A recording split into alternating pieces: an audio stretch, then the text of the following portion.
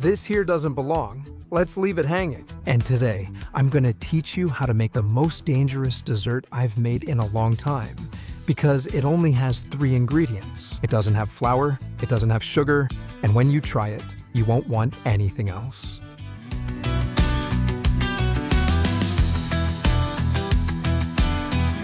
Years ago, at a family meal, someone told me, I can't eat desserts that have sugar or flour, they make me feel terrible.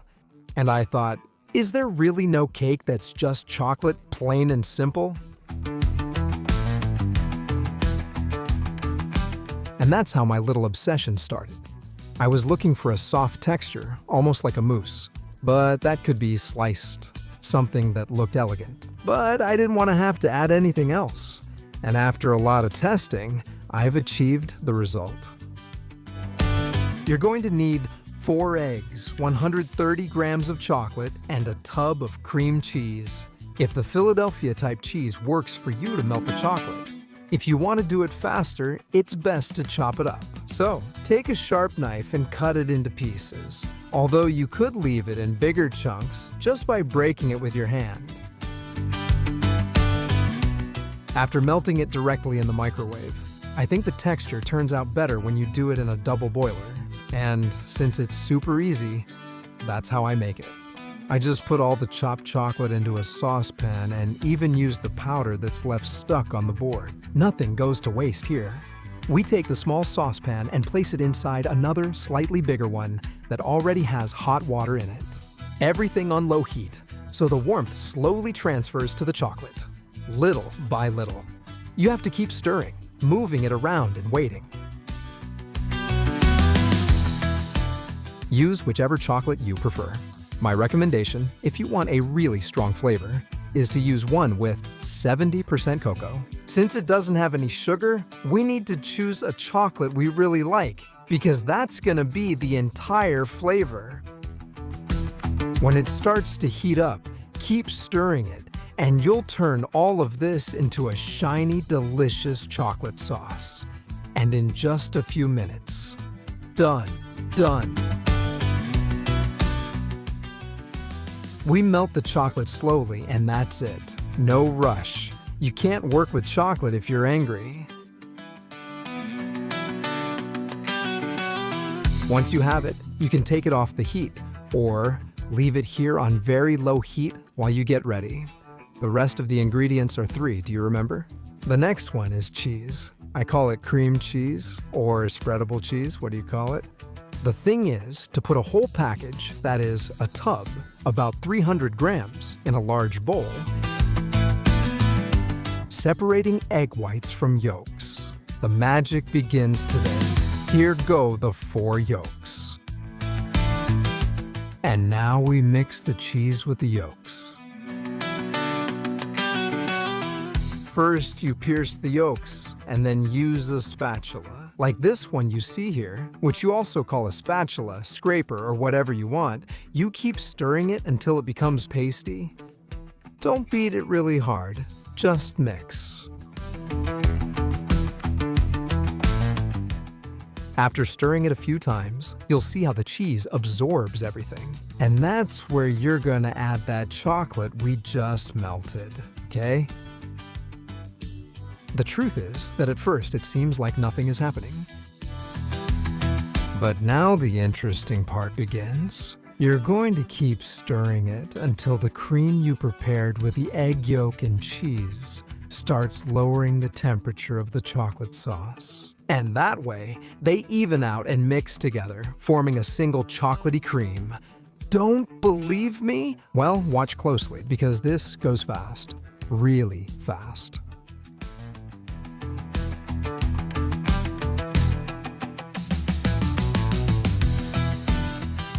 Now we're gonna beat the 4 egg whites until stiff peaks form.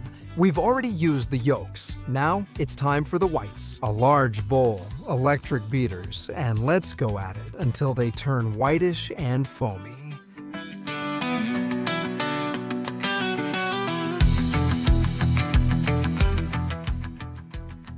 Someone needs to explain to me how I can leave this mixer on top of my bowl and it doesn't fall. And there are things in life that happen to you, and it's like if you prick me, I don't bleed. I'm gonna tell you the secret so your egg whites are always perfectly whipped. If it does this, even if it looks good, and the egg white slides off, it's not ready. You're gonna keep whipping it a little more until you can do this.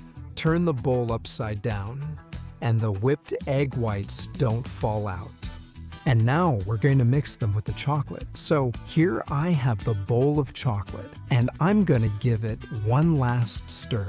Also, since I have the beaters here from whipping the egg whites, I'm gonna give it a little touch with the beaters, so the cream gets a bit more airy and blends perfectly.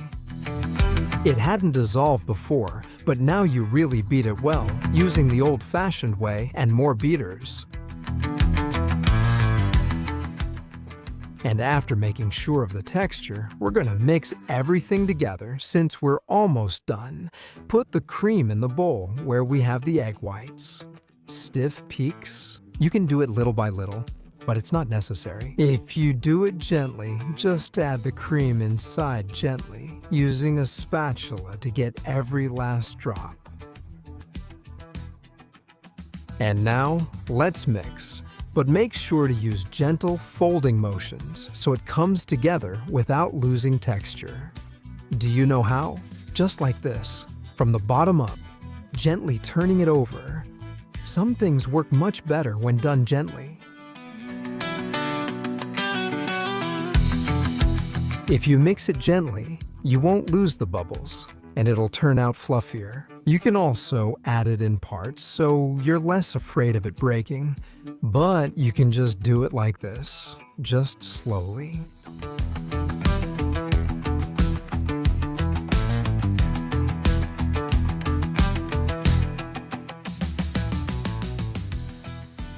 And into a mold, in my case, 18 centimeters in diameter.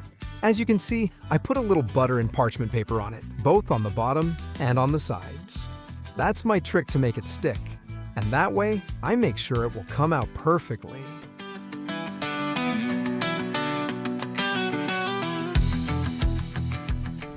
And once the mold is ready, it's time to fill it up.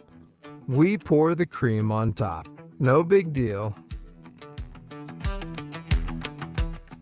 Once you have all the cream in, it's time for the final touch. Before baking, just shake the mold a little so it spreads out and ends up with a smooth, perfect surface. See, it's that easy. And just like that, we put it in the oven. We have it preheated to 175 degrees Celsius, which is about 350 Fahrenheit, and we're going to place it on the lower middle rack with heat from both the topper and bottom. If you have a fan, turn it on, and if not, just leave it off. Here's a trick.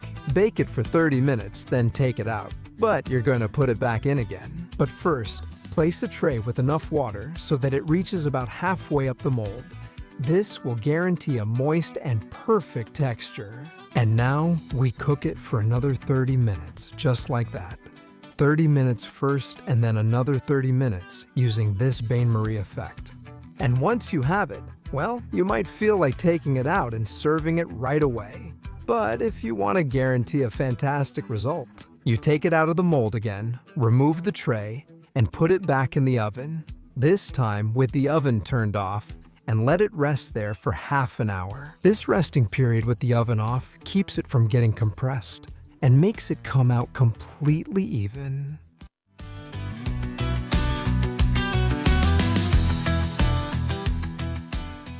Now, you take it out. Cover it with a bit of kitchen paper until it reaches room temperature, and enjoy. The first time I made it, I had a lot of doubts, because when I took it out, the texture was so moist and soft that I thought, let's see if it's all gonna collapse to the bottom. And when I cut it, I realized it wasn't a cake. It was an outrage that had decided with very little sponge. And since I'm sure you want to see the final result, here I am, showing it to you. Look at the creaminess, no grit or sugar. And remember that if you make it today and keep it cool, Tomorrow, it will be even better. Here's a tip. When you're going to cut a cake or pie with a soft texture like this, wet the knife first. See those little droplets? That wet knife makes the cut smoother and more perfect. So that's a little trick you can note down while you watch this spectacular marvel. It's intense, it's elegant, it's not overly sweet, it's chocolate for grown-ups. And now tell me, would you also add vanilla here? If someone tells you they can't eat dessert, make them this.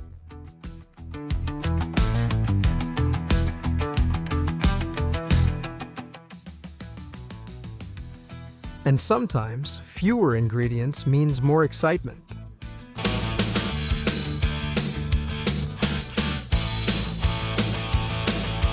Are you going to mix patizos?